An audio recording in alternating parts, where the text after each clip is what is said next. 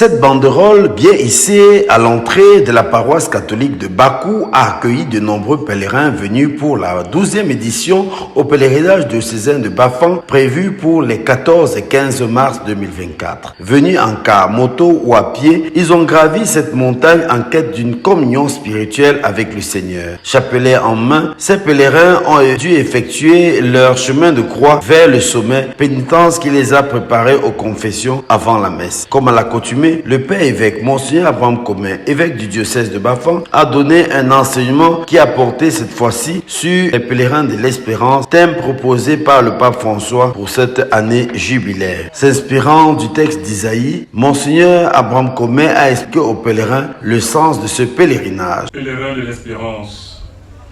Dans le mot pèlerin, il y a l'idée de la marche. Et Isaïe nous rappelle comment nous pouvons marcher sans nous fatiguer. Parce que le risque de la marche, c'est que précisément nous puissions nous fatiguer. Marcher sans se fatiguer, c'est s'accrocher sur le Seigneur. Et en sachant que ce Seigneur nous amène vers une destination précise. Et cette destination, c'est la destination du bonheur. Mes pensées pour vous, dit ce Seigneur, ne sont pas les pensées, n'est-ce pas, de malédiction. Ce sont les pensées de bonheur. Et c'est vers ce bonheur que nous avançons. Nous sommes pèlerins vers ce bonheur-là, pourvu que nous puissions cheminer avec le Seigneur, qui est l'objet de notre espérance, en même temps qu'il est la force qui nous amène à aller, n'est-ce pas, vers cette espérance.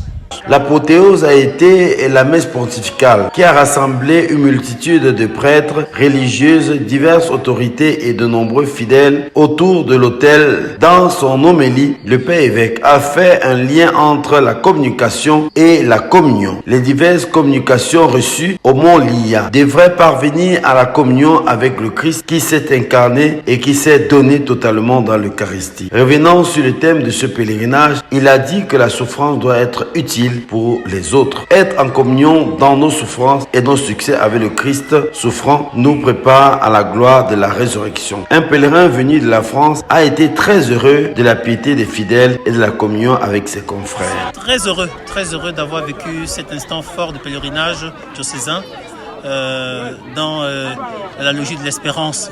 Et je suis très content surtout d'avoir revu cette ferveur, cette piété et aussi ce désir, ce grand désir du Seigneur de la part des fidèles, content d'avoir rencontré, d'avoir revu les confrères pour que nous puissions partager ce beau moment de communion. Comme l'a si bien dit notre Père évêque dans son homélie, l'essentiel c'est la communion, pas seulement la communication mais la communion, surtout une communication communionnelle.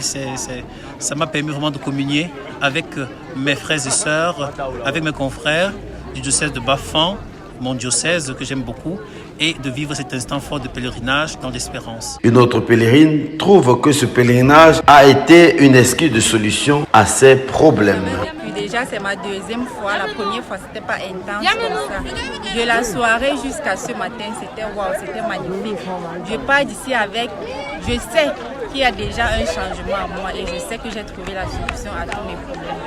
La descente de la montagne s'est faite dans un sentiment de plénitude et les pèlerins sont repartis heureux d'avoir obtenu les indulgences plénières en participant à ce pèlerinage diocésain de Bakou.